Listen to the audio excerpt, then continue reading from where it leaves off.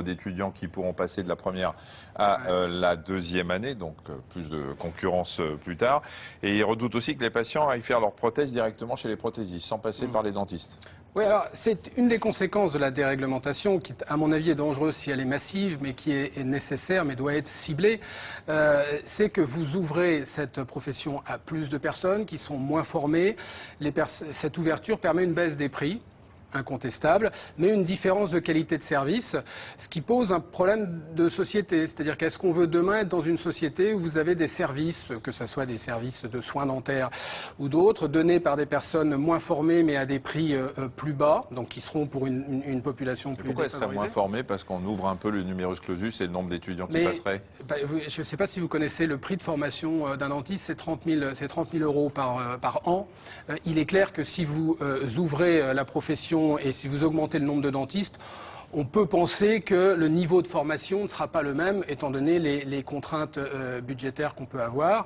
Alors, il faut savoir que le numerus clausus est déjà un peu virtuel aujourd'hui, puisqu'il est contourné par les dentistes avec des diplômes européens qui viennent exercer en France. C'est vrai pour les médecins aussi. Il faut voir qu'il y a un quart des médecins qui sont inscrits au tableau de l'ordre chaque année, qui ont des diplômes étrangers. Donc, il est déjà largement contourné, et c'est une certaine injustice pour les diplômés, les Français.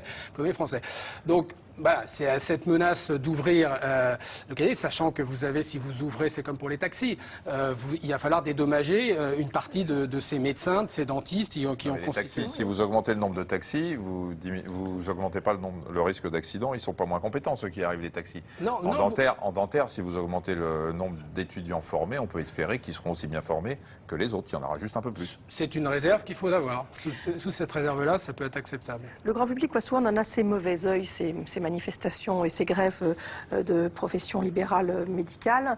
Là, on a entendu le pharmacien dire qu'il défendait les patients. Le grand public trouve surtout que c'est du corporatisme.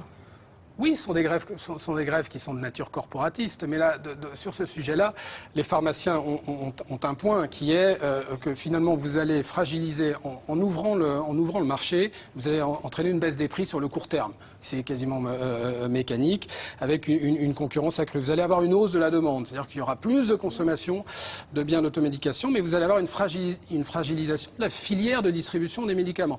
Il faut connaître l'économique d'une pharmacie. Une pharmacie vit avec peu de marge sur des médicaments remboursés par la sécurité sociale qui sont souvent chers.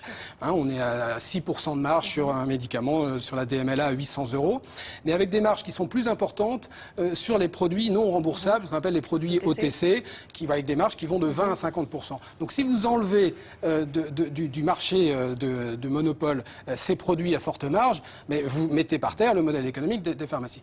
Donc si le gouvernement souhaite véritablement libéraliser ce marché-là, il faut repenser le modèle économique. Qu'est-ce qu'on donne en plus? Repenser les marges sur les produits mais remboursés. a-t-on les moyens aujourd'hui à la sécurité sociale d'augmenter les marges sur les médicaments? J'en ai pas l'impression. D'accord. Merci beaucoup d'avoir répondu à nos questions.